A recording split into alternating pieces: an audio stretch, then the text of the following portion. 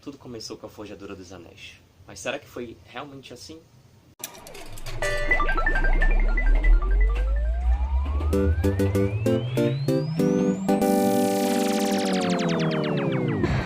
O universo criado por Tolkien é imenso e ele influencia tudo que nós consumimos hoje, que se trata de fantasia e muitas vezes de ficção científica, só que a maioria das vezes as pessoas só conhecem apenas o autor pelos filmes recentes do Hobbit e um pouquinho mais atrás os filmes do Senhor dos Anéis. Só que, como eu disse no início, tudo não apenas começou com a Forjadura dos Anéis, existe uma história toda por trás. O universo dele é vasto.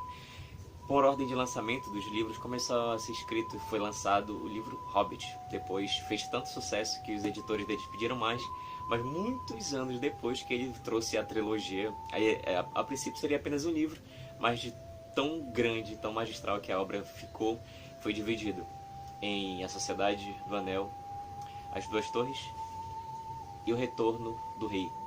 Um título que já dá um spoiler imenso.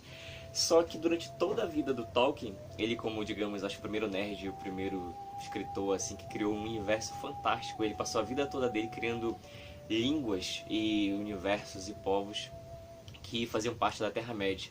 Não apenas o que nós conhecemos hoje como conhecido como Hobbit ou Senhor dos Anéis.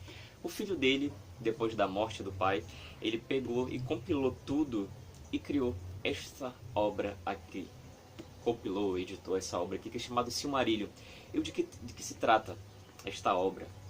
Ela abarca, como vocês sabem, O Senhor dos Anéis e o Hobbit, eles se passam na Terceira Era. Então, logicamente, se tem a Terceira Era, deve ter a Primeira e a Segunda. E esse livro, ele abarca essas eras aqui.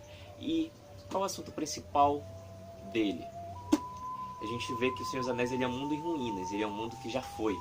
Mas esse livro, ele trata de forma magistral todo o universo que nós conhecemos hoje como Senhor dos Anéis. Tudo começou com a criação de tudo o que existe, um ser chamado Eru ou Ilúvatar, através de uma canção. Tem uma analogia, algumas pessoas falam com a Bíblia, que o Silmarillion seria o Antigo Testamento do Senhor dos Anéis, e através de uma canção ele foi criado.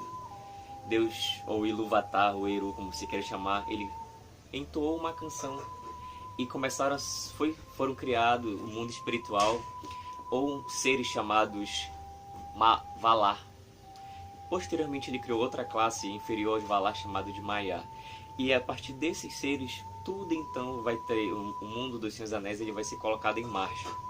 Primeiro, o Ilúvatar, esse ser, ele cria o mundo chamado Arda, e ele manda os Valar para tomarem conta, e através de canções também eles começam a formar. Só que um dentre esses seres angelicais, um ser poderoso chamado Melkor, ele começa a fazer uma canção que destoa da canção original. E nisso ele se rebela. Qualquer comparação com Lúcifer não é mera coincidência. O autor de Senhor dos Anéis ele era cristão, então muito da mitologia que ele bebe, muito das histórias que ele toma para criar a mitologia dele, ele bebe na Bíblia Sagrada.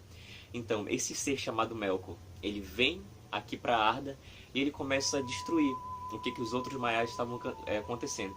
Boa parte do livro apresenta para a gente o confronto entre esses seres, os Valar, que eles cantavam algo, criavam algo, e o Melkor ia lá e destruía. Depois de um tempo, ele é derrotado algumas vezes. A gente só conhece o vilão, o Sauron. Só que o Sauron ele era apenas um dos generais do Melkor, que era o primeiro senhor das sombras. Então, depois de várias batalhas, os Valar e os Maiar se estabelecem e criam um lugar chamado Valinor, que é um lugar etéreo, magistral, onde eles vivem em certa paz. Só que como tudo, não apenas os homens é facilmente corrompido, o Senhor do Escuro volta e começam novas batalhas. E depois de vários confrontos, o título desse livro é chamado Silmarillion. Ele é derivado de O Senhor dos Anéis. Ele tem uns artefatos poderosos que são os Anéis do Poder, mas durante todo o Senhor dos Anéis ele é marcado por vários artefatos, e no Silmarillion parte da narrativa gira em torno de algumas pedras preciosas que foram feitas por um elfo chamado Fëanor, que são as Silmarils. Então, se você gosta do Senhor dos Anéis e quer mergulhar ainda mais nesse universo primoroso que foi criado por Tolkien, esse livro é fundamental. Ele tem muitos nomes, tem muitas histórias, não tem apenas a história de um personagem do começo ao fim, no começo você pode ser tentado a olhar lá atrás o glossário para ver quem é essa pessoa, você pode acabar tomando spoilers, mas o fundamental é você ler mais de uma vez. Pode ser esse livro é caracterizado, pode ser como um livro de consulta, porque são várias histórias. Ele é dividido em 5 partes e ele começa desde a criação do mundo espiritual, passando por esses seres angelicais, depois vem os confrontos aqui na Terra, depois são criados elfos, depois é criados anões e muito tempo depois que os homens aparecem.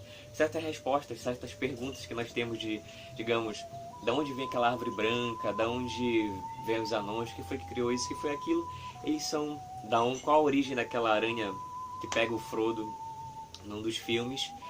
A antepassado daquela aranha da Laracna, ela é apresentada aqui. Então, eu recomendo para você, se você não conhece, O Silmarillion, obra magistral do mestre da fantasia, Tolkien.